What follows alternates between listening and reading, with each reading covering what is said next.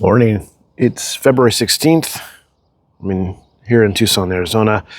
And I'm going to continue with Calvin's Tormentors. This is by Gary W. Jenkins.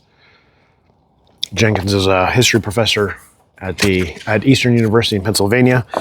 And we're going into the third chapter. We covered, Louis Dutillet and Pierre Caroli were the first two chapters. And then now we're going to get into Sadeleto, Bishop Sadeleto, which was a letter Calvin wrote, or recipient of a letter Calvin wrote that was recorded in another video we've done. But today we're going to read Jenkins's account of Sadeleto, one of Calvin's tormentors. Sadeleto, the Erasmian from Rome. Jacopo Sadoleto's life reflects the seeming friction between humanism and dogmatic theology, the use or abuse of humanism in defense of one's theology, and how humanism shaped the minds, methods, and manners of its practitioners across theological lines. While Calvin held humanism in common with almost all of his interlocutors, it may easily and vigorously be argued that with none of them was humanism more integral, a part of life, than with Jacopo Sadoleto. Born into the familia of the powerful Dieste Dukes of Ferrara, Jacopo Sadoleto, as his father before him and his brother after him, seemed destined for a life as a legal clerk in the employ of the Duke. His father, Giovanni, was Ferrara's ambassador to both Naples and France, and also after 1488 a teacher of law in Ferrara. For all this, the Sadeleto family was prosperous rather than rich, bourgeois rather than noble. Jacopo was born in Modena in 1477, and his father had already established what his life would be.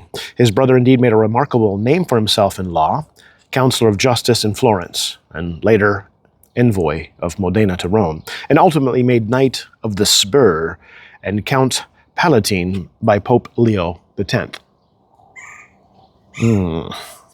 Jacopo followed his father into legal studies in Ferrara, where his family had moved from Modena in 1488. In 1498, he made the formative acquaintance of Pietro Bembo, who, like Sadeleto, was then studying law. Not unlike a great many others in the Renaissance, for instance the Petrarch, Laelius Socinus, and even Calvin, they both desired to pursue the life of humane letters, the Studia Humanitas, or Humanitatis, and together, against both their father's wishes, left off the study of law and initiated machinations to go to Rome. While Bembo barely settled into his studies in Ferrara before decamping, he spent years trying to secure a position in the Curia. Sadeleto conversely found employment at what must have seemed an idyllic situation, joining himself to the household of Olbiera Carafa, erstwhile Archbishop of Naples. By a special arrangement, Carafa held the right to appoint the succeeding archbishops and cardinal priest of Santi Marcellino e Pietro. Carafa was a powerful member of the Curia when Sadeleto became his client, as the archbishop was head of the Sacred College, a fitting climax to a career that had seen him made cardinal in 1467, serve as envoy multiple times on behalf of the papacy, and remarkable considering his ties to King Ferdinand I of Aragon, who had seen to Carafa's appointment as Archbishop of Naples, and also commanded the papal fleet that sacked Smyrna in 1472. Carafa hired Sadeleto to be his amanuensis. Carafa hired Sadeleto to be his amanuensis. I had to look that word up because I didn't know what it was. Amanuensis. An amanuensis is a person who writes or types what someone else dictates or copies documents by hand. The term comes from the Latin servus a manu, meaning servant at hand. Roles of an amanuensis: scribe or secretary, copyist, academic assistant, or historical use. Okay. Where there's an allusion, Paul the Apostle may have used an amanuensis for some of his letters in the New Testament. Amanuensis. Okay. Carafa hired Sadeleto to be his amanuensis, for while Carafa had legal education, he sought, as did many of the cardinals, the eloquence of the humanists. Carafa devoted himself to the study of the fathers, and he introduced them to this young ward, referring to Sadeleto. It can be easily enough surmised that the powerful cardinal saw an ecclesiastical career for his talented secretary. Despite all the advantages connected to Cardinal Carafa, Sadeleto's life in Rome proved less than gratifying. He certainly moved in the circles of the humanists, frequenting the several villas and semi-organized collegia or academies known as horti, since meetings were held in the gardens of the villas. Sadeleto was particularly attached to the hortus of Angelo Colossi. While Colossi dedicated his villa in particular to humane studies, in a 1529 letter to his frequent host, Sadeleto recalls that all the arts and sciences were discussed there. The most well-known of the horti was Johannes Goritz's. Johannes Goritz. Born in Luxembourg around 1450, Goritz Latinized his name to Coricius. Whereas Colossi's hortist left no legacy, Coricius transferred the popular Rhenish cult of St. Anne to Rome and dedicated his hortus to her. Every year, on the feast of St. Anne, the members of the hortus would gather in the church of St. Agostino, in which Coricius had commissioned statues of St. Anne, the Blessed Virgin, and the Christ Child, and there affix poems written to St. Anne or to Coricius to the personal statue. These were all gathered into a book by Blosio Palladio in 1524, titled Codiciana. Sadeleto spent his leisure writing poetry, but he thought so little of it that he kept only a few poems, with only 3 examples extant: his De Cajucurtio, Curtiolacu, and the most well-known of his works, Carmen de Statua Leocuntis, which has interested even contemporary scholars. I bet it does. The Leocun was a statue from the ancient world depicting the death of Leocun, which was a Trojan priest, and his sons by serpents sent by Poseidon. The statue was known in antiquity, as Pliny the Elder mentions it, and it is through Leocun's mouth that Virgil warned the Trojans in the time of Timeo Dionos et Dona Ferentes. In 1506, a farmer tilling ground in the old palace of Titus unearthed a sculpture, offering an occasion for Sadeleto to pen his poem. So well was Sadeleto's Carmen received that he obtained his first benefice at San Lorenzo in Damaso, conferred on him by Cardinal Carafa, who himself had seen to the restoration of a statue of Pasquino. Pope Julius II liked the poem so much that he rewarded Sadeleto with a manuscript of Plato. Wow. Rome also brought Sadeleto into contact with numerous other humanists, chief among them Baltasar Castiglione, who took Sadeleto's friend Pietro Bembo as one of the models for his book of the Courtier. Sadeleto seemed to have been in love with a well-known courtesan in Rome, the beauty Lucrezia Cognatus, also called Imperia. The Bolognese poet and Vatican librarian Beroaldo, on 3 different occasions, identified Sadeleto as a suitor for her. We know little more than what Beroaldo states, and as Sadeleto was not in order at the time, there is little need to make anything of this other than infatuation. Yet, however, much the curious demands for rhetoricians made Rome a humanist paradise. Sadeleto's life proved hectic, and this only increased in the decade following Carafa's death in 1511.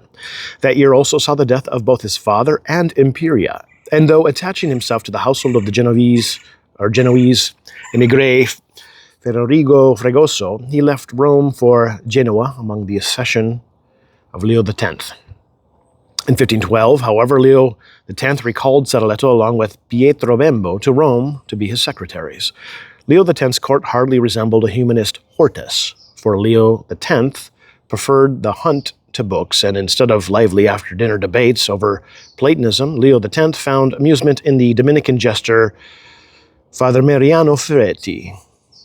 Leo X charged Sadeleto, as had Carafa, with crafting his correspondence, and Sadeleto's hand appears in numerous documents, some mundane, such as the numerous grants of indulgences, but others of real significance, including letters touching Leo X's part in the Lutheran controversy. Leo X prized Sadeleto and Bembo, while their lives consisted to a great extent of curial bureaucratic drudgery, and while they also had little influence at the papal court, they both accrued benefices, and Sadeleto to such an extent that in 1518 he was able to purchase a villa on the Guerinial Hill, just inside the old city walls. Though the property was filled with ruins, Sadeleto was able to set up his own garden and start a vineyard. The biggest benefice came in April 1517, when Leo X bestowed on him the bishopric of Carpentras, the erstwhile abode of Petrarch. Sadeleto, as was the form, balked, but eventually accepted the post, even though he would for years be an absentee bishop. The year 1518 would begin peacefully enough, but by August, Sadeleto was involved in the Luther affair, instructing Cajetan in Augsburg on August 23rd to take Luther into custody and bring him to Rome, and to ask the emperor for assistance if needed. On the same day, Sadeleto penned a letter to Frederick the Wise asking for help, but when Frederick balked, Leo X, through Sadeleto, wrote to Cajetan again, giving him legantine authority to try the case in Augsburg. In 1518, Sadeleto emerged as one of Leo X's chief advocates for a proposed crusade against the Turk. After a procession in which Leo X walked barefoot as a penance, Sadeleto held forth on the great danger of the Turk. He proved inadequate as a homilist to the extent that few could hear him, but he preached loudly enough that the Venetian ambassador took offense. Venice feared a crusade would endanger its interest in the East. The substance of his sermon touched on the need for the unity of Christendom in the face of the Turkish menace. Sadeleto would later pen a long oratio to the French on the war with the Turk. The death of Emperor Maximilian at the start of 1519 accelerated the Luther affair and put added pressure on Sadeleto as papal secretary, especially as Bembo had grown ill and listless, leaving Rome in April 1519 to return to Venice. Sadeleto had yet to go to Carpentras, which doubtless posed a real enticement, for when Bembo returned to Rome later in 1519, he found an anxious Sadeleto. Sadeleto's growing desire to get out of Rome can be seen in a series of letters to his friend and fellow humanist Christophe Languel at the end of 1519 and the beginning of 1520, complaining of the pace of life and expressing the hope to find leisure in Carpentras. There he could devote himself to serious study and writing something of his own, as opposed to being a cipher for Leo X. But in 1521, with Leo X's death, Sadeleto, instead of going to Carpentras, went first to Modena and back to Rome. His meanderings seemed related to Pope Adrian VI's ambivalence about humanism. Though certainly an admirer of Erasmus, Adrian VI had obtained a post for him at Louvain. The new pontiff, as portrayed by Girolamo Negri, was at best lukewarm to the Renaissance mind. Quote, Sadeleto is well secluded from the public and indifferent to preferment, especially in view of the fact that the Pope, while reading a certain elegant work in Latin the other day, happened to remark, "This is the work of a poet," as though he was ridiculing eloquence. And again, when he was shown the Laocoon in the Belvedere as a wonderful and excellent thing, he said, "Those are the idols of the ancients." Unsurprisingly, Sadeleto left Rome in April 1523, finally coming to Carpentras in May, but he was there only a brief time, for with Adrian VI's death, yet another Medici, Giulio, the cousin of Leo X, was elected Clement VII on November 18, 1523. Clement VII's pontificate eventuated in disaster, as his series of alliances and his dealings with England all ended calamitously. Sadeleto, for his part, strongly counseled Clement VII to take a neutral position in the Habsburg-Valois Wars, but to no avail. Clement VII entered into league with Francis I in December of 1524, only to see the French army crushed at Pavia on February 24, 1525. After only a few hours of fighting, with Charles V capturing Francis I. Clement VII now had to scramble for new allies, and the hesitant Sadeleto oversaw correspondence to Machiavelli in Florence and Francesco Guicciardini in the Romagna. Sadeleto also had a correspondence with Lorenzo Campeggio in the Holy Roman Empire, who wrote Sadeleto that the Pope's alliance with Francis I had emboldened the Lutherans, leading them to think that the emperor would be willing to meet with them on new terms. Campeggio, seemingly obtuse to the religious questions, argued for a political solution to the Luther controversy, which Sadeleto found untenable. In May of 1526, everything that Sadeleto had stood for and for which he had argued in his private entreaties to the Pope came to frustration when Clement VII, to stem the emperor's power, entered into the League of Cognac with Francis I and the northern Italian city-states. Both Sadeleto and Castiglione prophesied doom for Rome, and Sadeleto protested that not Charles V, but Suleiman the Magnificent, was the real threat to peace. The League hardly survived its constitution, for Francis I had no motivation to enter Italy again. With the League faring poorly, the imperial ambassador to Rome, Don Hugo de Moncado, in collusion with the powerful family of Colonna, led an assault on Rome on September 20th, 1526. That met no resistance from the populace, but left Sadeleto and Clement VII hiding in Castel Sant'Angelo, with the Vatican, Sadeleto's apartment included, ransacked by the brigands. The episode showed Clement VII his tenuous hold on the city, and indeed that his intrigues with the League could hardly end happily. He made peace with the Colonna and recalled the papal troops from Romagna, which allowed him by October 1526 to regain control of the city, but as Mendel Creighton noted, ultimately his, quote, only policy was to lean on those bruised reeds, the King of France and England, unquote.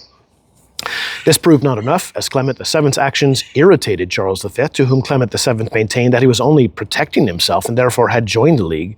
The news that the Turks had crushed the Hungarian army at Mohacs on August 29th, 1526, however, demonstrated the truth of Sadeleto's and Castiglione's unheeded laments about the wars among the Christians. Yeah. Even with peace restored to Rome through the intervention of Guicciardini with papal troops from the Romagna, nothing could prevent the advance of the twin armies, Charles V, his Spanish force led by Duke Charles III, Constable de Bourbon, and the German Landsknechts, or mercenaries, under George von Frundsberg, with Clement VII's ally, the Duke of Urbino, already outwitted, and Giovanni de' Medici, the lone League commander of note, having been killed in battle, the League's only attempt at an offensive against the emperor ground to a halt. Its hapless forces withering before the imperial armies, but the imperial armies themselves were under duress, with pay in arrears and near revolt in March of 1527. Von Frundsberg, overwrought by the riot, died of a stroke. Clement VII had made terms agreeing to pay but 60,000 ducats to Charles V. Originally, the imperial general Lannoy had asked for 200,000. But even so, it was money Clement did not have. The Duke of Bourbon, taking advice from the Duke of Ferrara, made first for Florence to try to collect monies there, but here the League armies gathered, and Bourbon thought better of an attempt to take the walled city and instead turned south. When demands came to Rome for 300,000 ducats for the imperial coffers, Clement VII decided to put his money into Rome's defenses. Rightly fearing an impending calamity, Sadeleto decamped from Rome by April 17, 1527. He arrived in Carpentras on May 3rd. On May 5th, Charles of Bourbon and the imperial troops arrived outside Rome, and on May 6th, under cover of fog, stormed the city. The sack lasted for 3 days, though both the Spaniards and the Germans invented ways to prolong it on a more systematic level. Upon hearing of the enormity, Sadeleto penned the laments about its cause, affixing his blame to the appropriate malefactors, the policies of the Pope's counselors, the wiles of Fortuna, the evil of the Lutheran Landsknechts, and the decadence of the Curia. With regard to the last one, the papal court, the cause affected divine justice. Further, while it may seem that by his absence Sadeleto had abandoned the Pope, in reality, as he wrote to Bembo, it was actually God who had brought him to a safe haven, a place itself free from every terror and tumult. But even this did not slake his sorrow. It did not slake his sorrow. I'm not familiar with the verb to slake, which conquered any medicine. He was distraught, so overcome with anguish, that he declared, quote, "I am not able to strive for quietude, as I have forgotten humane letters," unquote. He remembered them soon enough. Carpentras became a new hortus for him, the garden of a life spent composing treatises and commentaries and crafting epistles. Sadeleto's correspondence mirrors the worlds of both humanism and the Church.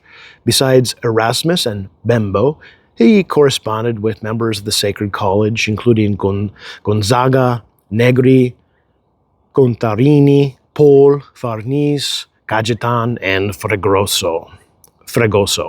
But he also wrote to Bonifacio Amberbach in Basel, Guillaume or William Bude in Paris, Andrea Alciato in Bourges, and later he in Avignon, and even King Sigismund of Poland.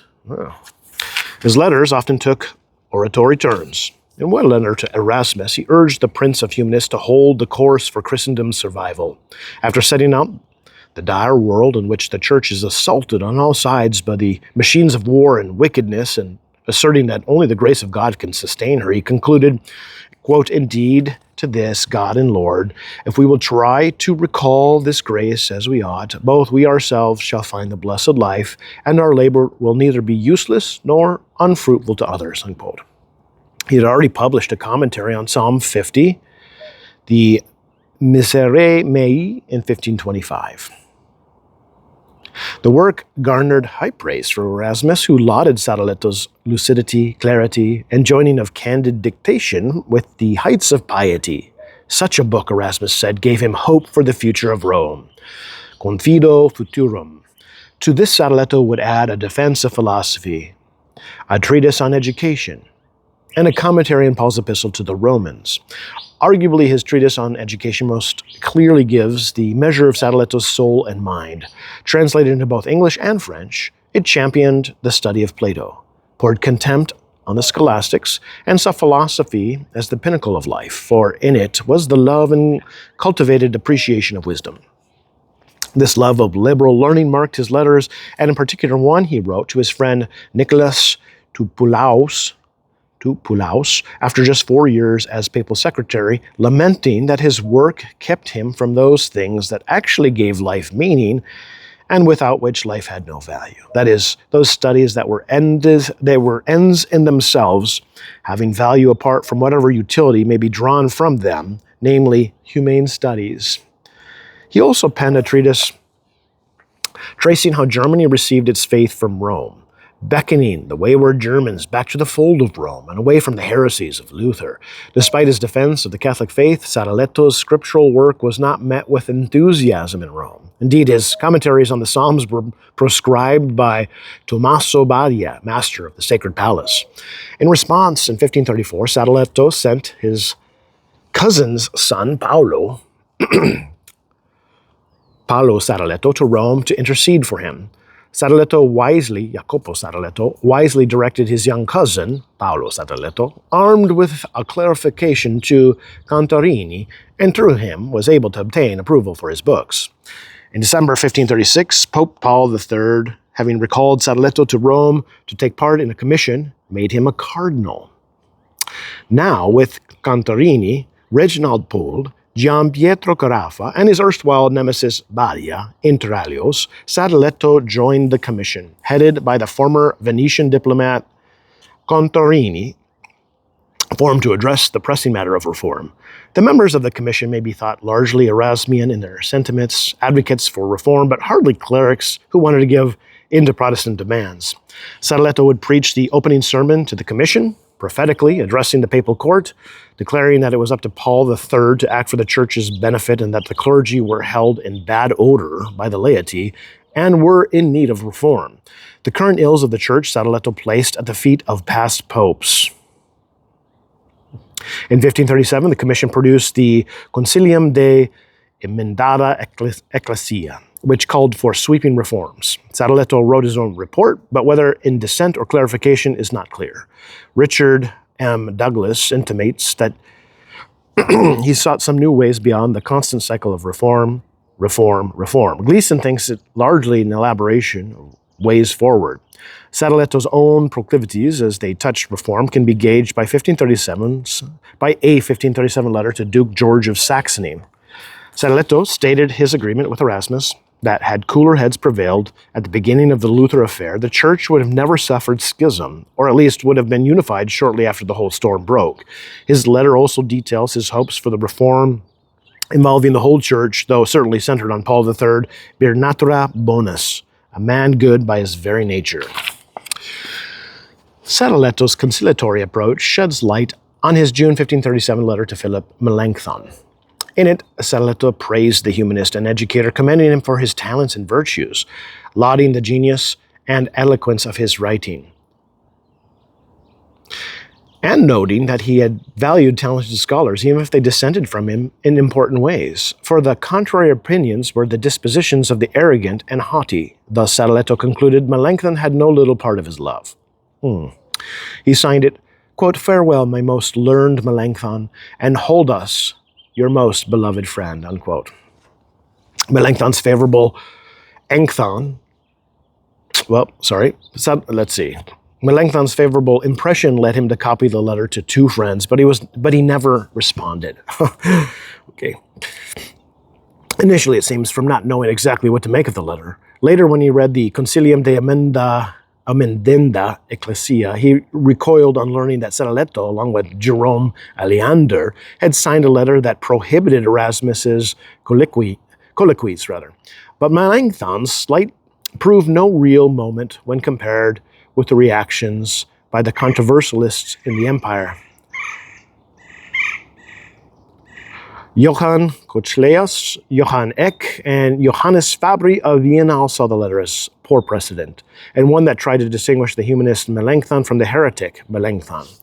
Whatever the letter was, it showed the divergence within the Church of Rome about how best to approach the Protestants. Cardinal Giovanni Marone thought colloquies of little help, since the Protestants were far better at parsing Scripture than the Catholics in general, but this did not mean he was against conciliation. He thought a general council was called for to embolden the faithful to the Roman flock for evangelization. Nonetheless, Marone wrote Sadeleto that the intransigence of such as Kochleas had done little to help the situation in the empire. Contarini and Pole, as well as Bembo, all backed the colloquy system, which in 1537 still had both Charles V and Ferdinand of Austria's support. Sadeleto's letter to Melanchthon was but the first, however, of several epistles that disappointed the more rigorous party in the empire. In October 1537, Sadeleto wrote the Dean of Passau, Rupert van Mosham, a letter that irritated Eck more than the one to Melanchthon.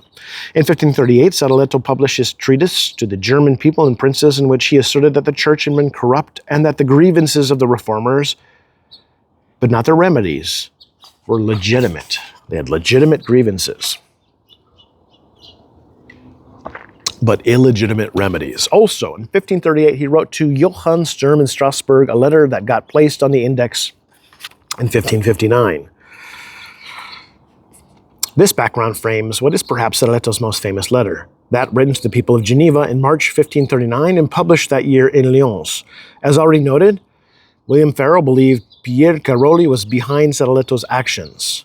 And for some years, the former bishop of Geneva, Pierre de la Baume, was also thought to have had a hand in the letter. But given the recent events in Geneva, which Sadeleto had no doubt learned from Caroli, that Calvin and Farel had made themselves odious to the magistrates, and recalling Sadeleto's willingness to appeal for conciliation based on the notion of a purified church that rested its life in the embrace of the past and its traditions, there is nothing in or about the letter that indicates There is nothing in or about the letter that indicates it not to have been wholly from Sadeleto, who himself claimed inspiration for it from the Holy Spirit. Indeed, it models what one would expect from such a humanist cleric. Sadeleto began the epistle noting Geneva's virtues, the qualities it had as a republic, and how love had characterized its life, at least until recently. He then noted how of late, seduced by self-aggrandizing and seditious individuals, Geneva had, against its character, turned aside from the truth. This elicited an appeal that they should return to moderate ways and to their true mother, who lamented their loss. Sadeleto then took quick measure of the reformers, characterizing them as novel interlopers, proclaiming newly learned interpretations of Holy Scripture that were in fact but fraud and malice masquerading as knowledge. Sadeleto actually here quite cleverly turned the reformers' claims back against them. What the reformers said the Scriptures taught were the actual novelties. What was clear and obvious, the Church had always held, and Sadeleto was now ready to declare it to the Genevans anew. Sadeleto even went after the reformers on the question of justification by faith alone, asserting that they had not invented this doctrine, that the Catholic Church had not buried it, that it was part of the deposit of faith, and that the version preached by the reformers, in fact, mutilated the truth of the faith. Faith, he asserted, has a far wider meaning than that given it by the reformers, for it comprehends love without which we cannot see God, in that love consummates the Christian's life. Quote, and so this is why, without the Holy Spirit, nothing of ours is either pleasing or acceptable to God, and thus nothing can be pleasing or acceptable without love. Therefore, when we say that by faith alone in God and Jesus Christ we can be saved, in this very faith, we understand that love ought to obtain the highest rank, which is the principle and the most powerful cause of our salvation. Sadeleto also broached themes of humility before the claims of the past, a concern he had raised with the treatise to the Germans. For Sadeleto, the turning aside to false worship could only lead to ruin. The humility of repentance was the one great remedy, looking to those traditions fixed by one's most wise and holy ancestors. Sadeleto also played the Catholic humanist in lampooning the reformers on the Eucharist, citing them for limiting God's power through the use of philosophy, as opposed to holding faithfully to what the Church had taught everywhere for the past 1,500 years, while these charlatans, however, had been about for less than the past 25. Sadeleto moved to his conclusion with a wonderfully depicted scenario of Catholic and a Protestant before the throne of God, pleading their case on the day of judgment. The Catholic confessed his contempt for wicked prelates, but asserted his love for the faith that the fathers through his ancestors had left him. The Protestant asserted that he stood justified based on his own understanding of what Scripture teaches, regardless of what may be learned from the fathers in the Church, and that he's separated from it because it did not recognize the speaker's prophetic voice. Whether Sadeleto overstated his case will not be considered here. In the main, Sadeleto used all his humanistic resources in penning the letter, and it certainly falls within the purview of his life as a humanist.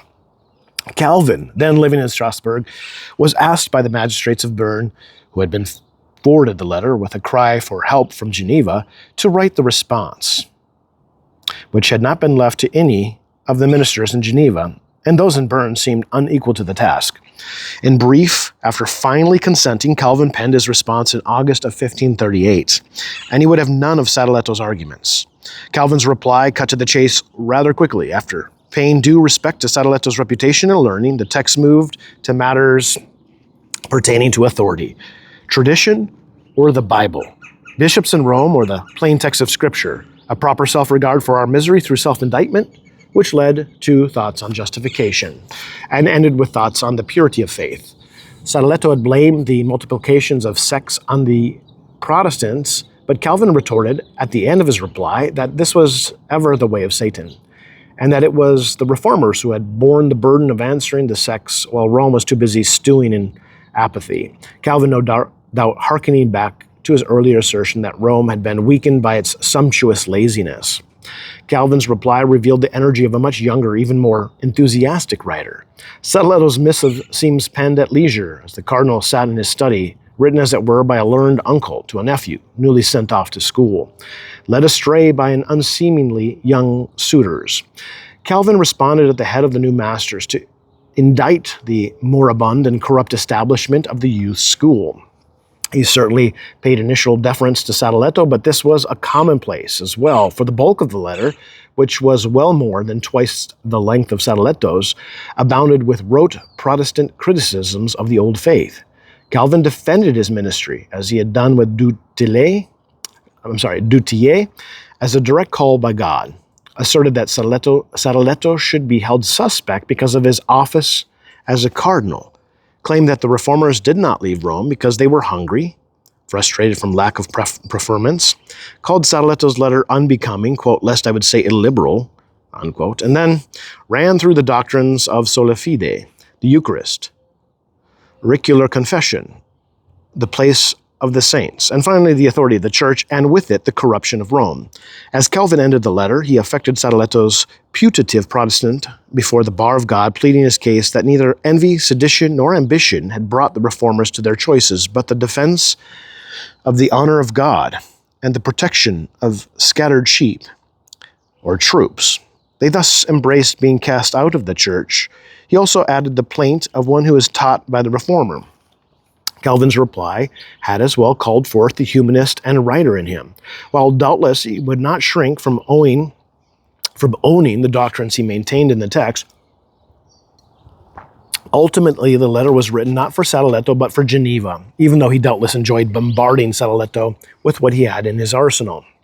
Ironically, the controversialists within the Catholic Church did not share Calvin's sentiments that Sadeleto was the church's champion, for they pressed Rome to do something about Sadeleto, complaining that his efforts in regard to Sturm, Melanchthon, the Germans, and the Genevans, though they had started their recriminations before the letter to Geneva, were counterproductive.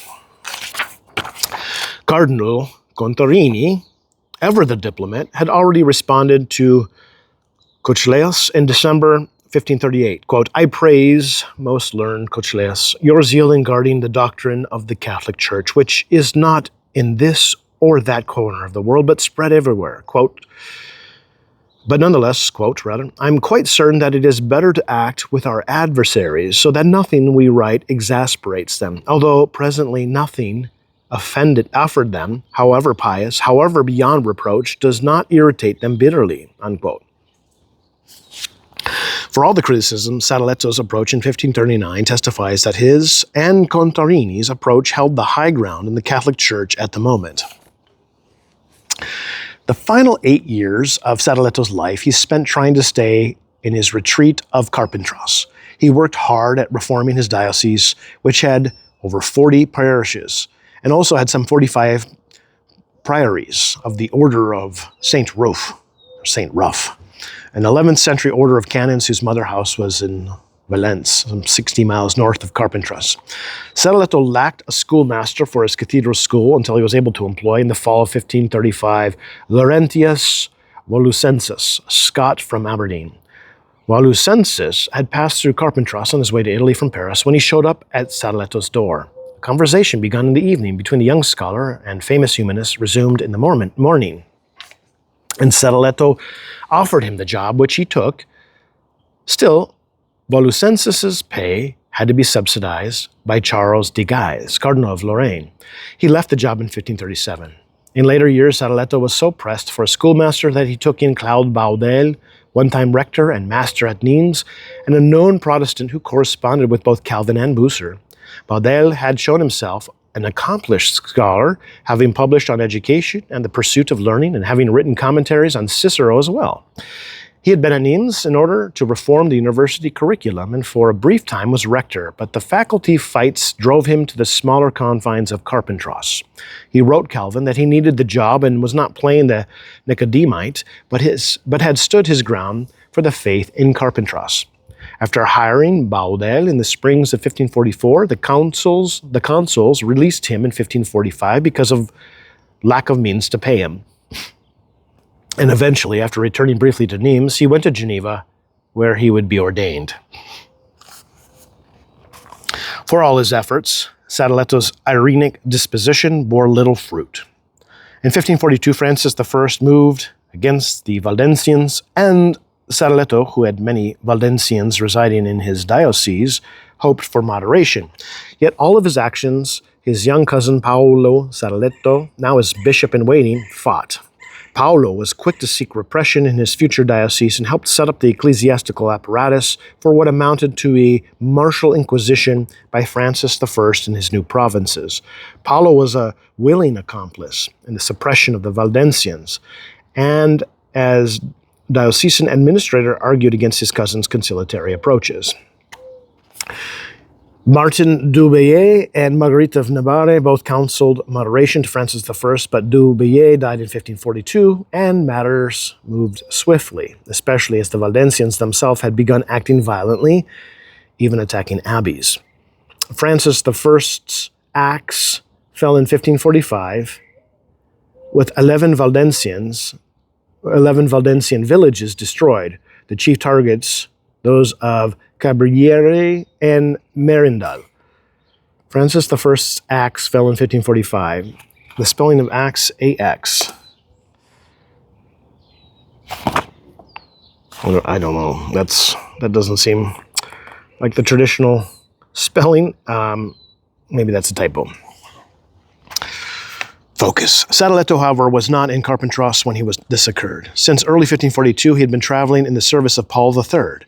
He had been in Italy when Paul III made him his legate to the court of Francis I to try to broker peace between Francis I and Charles V, a move that angered the emperor, as he was not the one who had broken the truce.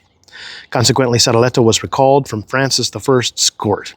He unhappily returned to Rome at his own expense, where his counsel to the Pope to meet with the emperor roused consternation in the Curia.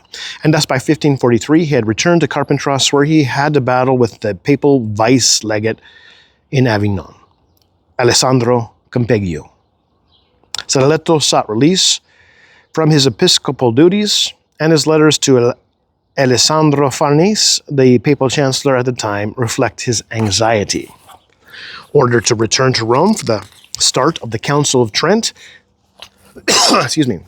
Sadeleto left Carpentras in March 1545, arriving in Rome in April. With the action against the Valdensians executed in that same month, two matters dominated his years in Rome, and both pertain to the acts of the Council of Trent. The first is his objection to Trent's accepting Jerome's Vulgata. The conservatives of the council, along with the Dominicans and Franciscans, wanted no amendments or corrections made to the Latin text, or at best, only ones done quietly. For Sadeleto, the humanist, the Vulgata's pitiful Latin demanded correction. The other matter was the transfer of the council to Bologna, which he, along with several other cardinals, obstinately opposed. His chief ally in this was Morone, whose work in the council spanned its entirety. For both, it was a matter of imperial support and the need to keep all of Europe involved in the council. This is the final page. Over the last several months of his life, as Douglas notes, Sadeleto was in failing health. He died on October 18, 1547, with his main eulogy delivered by Gian Pietro Carafa, the nephew of his first employer, Olbiero Carafa. Gian Pietro Carafa, one of the founders and the first general of the Theatines, the order's name derived from Carafa's first diocese of Chieti, or the Latinized Theatre, a canon lawyer, a theologian, and one of the original members of the Oratory of Divine Love, was the emerging leader of a strident Catholicism, one with little patience for conciliatory views such as Sadeleto's, Contarini's, and Marone's. He would, as Pope Paul IV actually begin proceedings against Morone, and only the pontiff's death brought Morone out of prison. The Carafa delivered his eulogy speaks to the shift in Rome and across Europe and how Catholicism perceived and related to Protestantism as a growing reaction emerged, embodied in Carafa, the Jesuits, and monarchs such as Philip II of Spain in the wake of the failure of Erasmian reforms, a reaction that mirrored Calvin's own more precise attitudes that emerged in the 1540s. The reformers never showed any love for Sadeleto. Luther thought him a lackey. Slyden found him complicit in the massacre of the Valdensians. Melanchthon formally ignored his letter, and Calvin held him as a calumniator, at the least, one piping the Genevans to perdition. Sadeleto's life displays all the vagaries that awaited souls who sought the humanist vita contemplativa. He certainly was not Erasmus in his humanism or his theology, but his underlying belief, dating back to his first sermon in 1518, was the need for a united Christendom against the real threat to Christian civilization, namely the Turk. He held no love for heresy, and none of his letters would ever show an openness to it, but his moderation never won him any friends on either side. Unlike Castellio, who wore his Protestantism lightly, Sadeleto maintained that there was no contradiction between his humanism and his Catholic faith. He was buried in his titular church, St. Peter in Chains in Rome, but in 1646 his body was exhumed and he was interred in his cathedral in Carpentras. The church is still there, but it is no longer a cathedral. Well, it's an interesting choice to add as one of Calvin's tormentors, as Sadeleto had very little engagement. He sent one letter to Geneva, and Calvin sent one letter in response, and that was Sadeleto's involvement in Calvin's life. The next chapter is Michael Servetus, the Primus Adversarius. That'll be an exciting chapter. Look, there's a little picture of him. Isn't that fun? All right. So that concludes Chapter 3, Calvin's Tormentors, Understanding the Conflicts That Shaped the Reformer, by Gary W. Jenkins. What's up, buddy? Hey, buddy.